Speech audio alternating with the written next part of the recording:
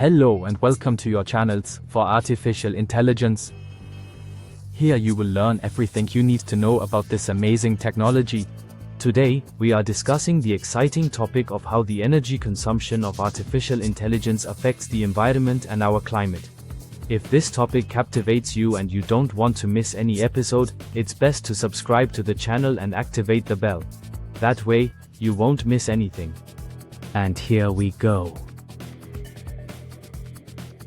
AI models like ChatGPT or Midjourney impress with their capabilities but come with a tremendous energy demand. Every time we use artificial intelligence, thousands of processes run in high-performance data centers in the background, consuming a lot of electricity, often more than one might think. This segment sheds light on how high the energy consumption of AI systems actually is, especially in generative AI, what effects this has on the environment and climate, and what measures exist for more sustainability. Additionally, we compare the electricity consumption with the total consumption of the internet and other sectors. But why does AI actually need so much energy?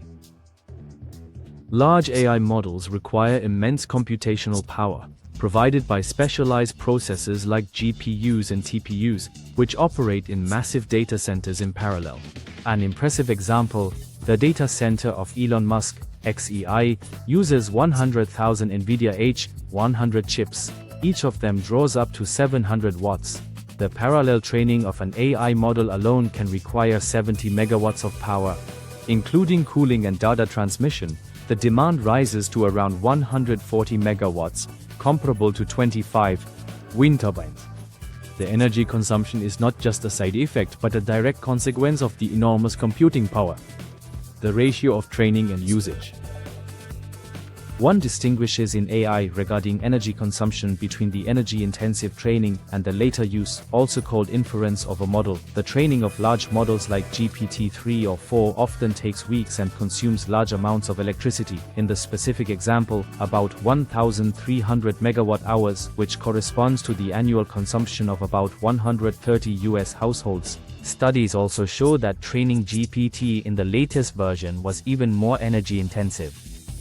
The carbon dioxide emissions are equivalent to several hundred flights. However, even after training, the model continues to consume energy, specifically with every single use. Each time ChatGPT answers a question, all 175 billion parameters must be computed. Although each individual query only takes seconds, the consumption quickly adds up to enormous amounts with millions of daily users.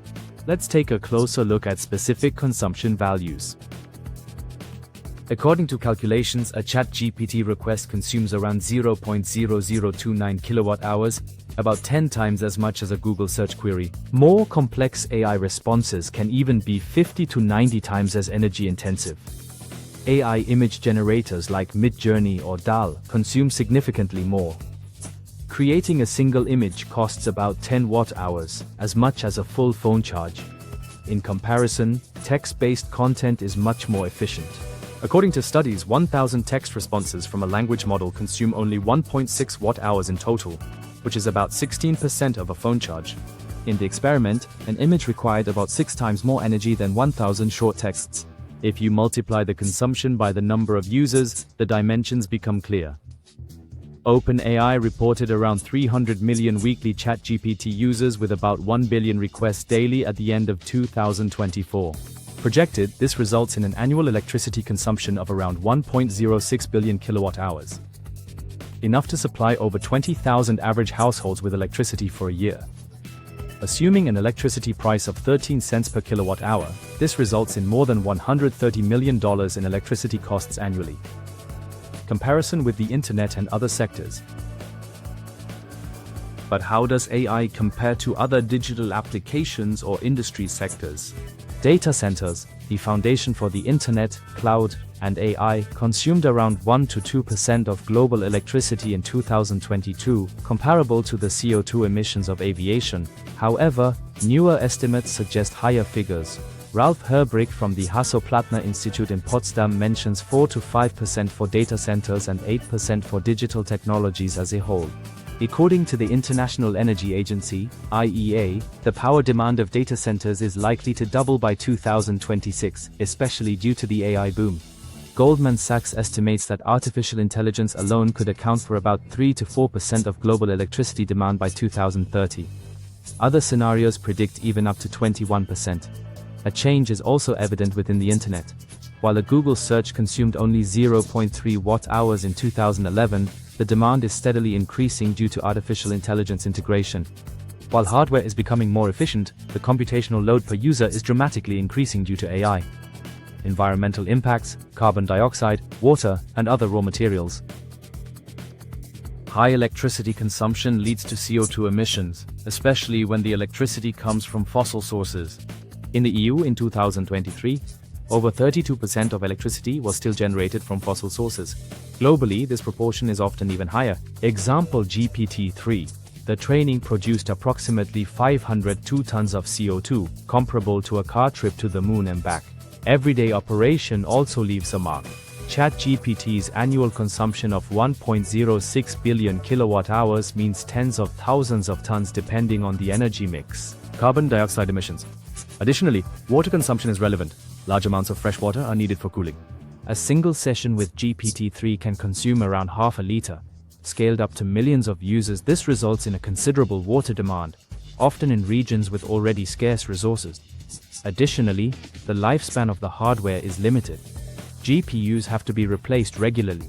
Their production requires energy, rare earths, and metals.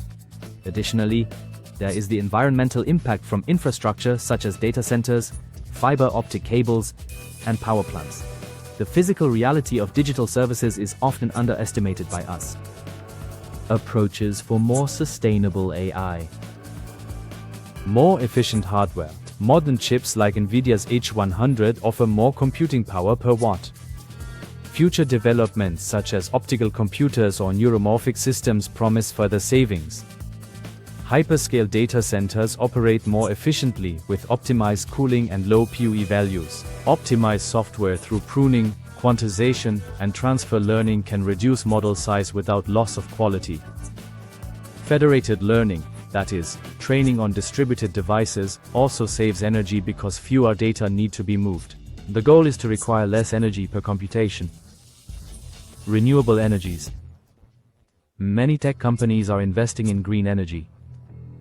Google has already been covering its annual electricity consumption with renewable sources for several years. Microsoft is even testing the reactivation of a decommissioned nuclear reactor to power its AI data centers. But even though nuclear power is CO2-free, it brings other environmental problems with it. What is clear is that more clean electricity is needed worldwide, even at night or when there is no wind. Optimization of data centers, liquid cooling, site selection in cool regions like Scandinavia, underwater data centers and use of waste heat, for example for district heating networks, are promising approaches. Also, temporally flexible operation, such as during an excess of green electricity, can help. Awareness and standards. Binding standards for the energy and resource consumption of artificial intelligence are still missing. Organizations like the International Organization for Standardization are working on such criteria. The goal is to establish the carbon footprint and power requirements as important metrics alongside performance and accuracy. The term green AI describes this movement towards more sustainability in AI development. Conclusion: AI as a challenge and opportunity for climate protection. AI is not inherently a climate killer, but its energy hunger is real and grows with each new application. If operated inefficiently or with fossil energy, it contradicts global climate goals. The good news: there are already many technical and organizational approaches to reduce consumption. If AI is developed efficiently and operated with clean energy, it can even contribute to solutions, such as optimizing energy systems or saving resources in industry and transportation.